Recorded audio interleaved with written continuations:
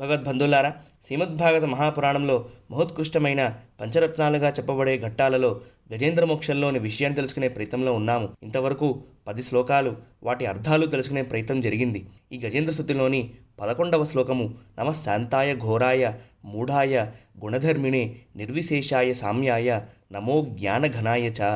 ఆ దేవదేవుడు సత్వరజస్తమో గుణధర్మాలను స్వీకరించి శాంతస్వరూపుడిగా, ఘోరుడిగా, మూఢుడిగా ప్రకాశిస్తున్నాడు.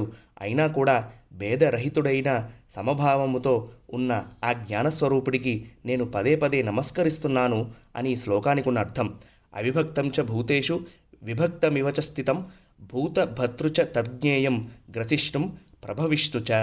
ఆ పరమాత్మే సృష్టికర్త అయిన బ్రహ్మగా, పోషకుడైన విష్ణువుగా, లయకారకుడైన రుద్రుడిగా తెలుసుకోదగినవాడు అని గీతాచార్యుడు భగవద్గీత 13వ అధ్యాయం 16వ శ్లోకంలో వివరిస్తాడు. ఈ గజేంద్ర స్తుతిలోని 12వ శ్లోకము క్షేత్రజ్ఞాయ నమస్తుభ్యం సర్వాధ్యక్షాయ సాక్షిణే పురుషాయ ఆత్మమూలాయ మూల ప్రకృతయే నమః. సర్వానికి అధ్యక్షుడు, సర్వాధీశ్వరుడు అయిన ఆ పరమాత్మ దేహానికి, ఇంద్రియాలకి, మనస్సుకి చైతన్య స్వరూపుడిగా, సర్వసాక్షిగా ప్రకాశిస్తున్నాడు. ఆయనే కారణస్వరూపుడు, పూర్ణపురుషుడు అయిన ఆ పరమాత్మే మాయాశక్తికి అధిష్టానమైన వాడు. అటువంటి పరమాత్మకి అనేక నమస్కారాలు అని ఈ శ్లోకానికి ఉన్న అర్థం. దైవీహేష గుణమయి మమమాయా దురుత్యయ మామేవ ప్రపద్యంతే మాయామేతం తరంతితే. నా మాయని దాటడం అసంభవం అర్జున, కానీ నన్ను ఆశ్రయిస్తే ఆ మాయని దాటేలాగా చేస్తాను అని అంటాడు గీతాచార్యుడు 7వ అధ్యాయం 14వ శ్లోకంలో. ఈ తత్వాన్ని సులభంగా అర్థం చేసుకోవాలి అంటే మనం ఒక స్నేహితుడి ఇంటికి వెళ్తే ఆ స్నేహితుడి ఇంట్లో ఉన్న కుక్క మన మీద ఎగిరి అరుస్తుంది. అదే మన స్నేహితుడు బయటికి వచ్చి తన కుక్కని ఇతను మనకి స్నేహితుడు కాబట్టి ఆయన మీద అరవకూడదు అని చెప్పినప్పుడు ఆ కుక్క మన మీద అరవదు, కరవదు. కాబట్టి పూర్వాచారులు చెప్పినట్టు పరమాత్మ మాయ మనల్ని బాధించకుండా ఉండాలి అంటే పరమాత్మని ఆశ్రయించడమే దానికి మందు అని అంటారు. ఈ గజేంద్ర స్తుతిలోని 13వ శ్లోకము సర్వేంద్రియాయ గుణద్రష్టే సర్వప్రత్యయహేతవే అసతాచ్ఛాయ యోక్తాయ సదా భాసాయ తే నమః. స్వామి, నువ్వు సకల ప్రాణుల ఇంద్రియాలకి, ఆ ఇంద్రియాలు అనుభవించే విషయాలకి ద్రష్టవు. సమస్త ప్రాణుల జ్ఞానానికి నువ్వే ఆధారము. ఈ విశ్వంలో ఉండే అన్ని వస్తువులలోనూ కూడా కేవలం నువ్వే ప్రకాశిస్తున్నావు. అటువంటి పరమపురుషుడికి నమస్కారము అని ఈ శ్లోకానికి ఉన్న అర్థం.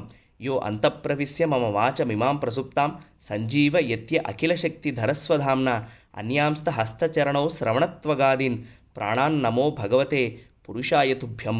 ఓ పురుషోత్తమ, నీవు సర్వశక్తిమంతుడవు.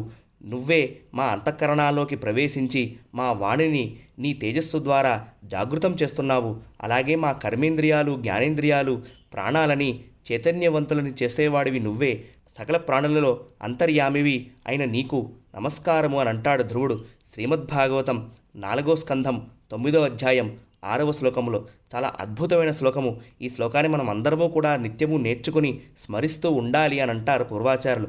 పరమాత్మకి మనం కృతజ్ఞత ఎలా చెప్పగలుగుతాము అని అంటే 5 కర్మేంద్రియాలు, 5 జ్ఞానేంద్రియాలు పనిచేస్తున్నాయి అంటే అవి పరమాత్మ మన అంతఃకరణాల్లో ఉన్నాడు కాబట్టే అవన్నీ పనిచేస్తున్నాయి. బీజమ్మాం సర్వభూతానాం విద్ధి పార్థ సనాతనం బుద్ధిర్బుద్ధిర్మతామస్మి తేజస్తేజస్వి నామహం. సమస్త భూతాలకి కూడా నేనే శాశ్వతమైన బీజము.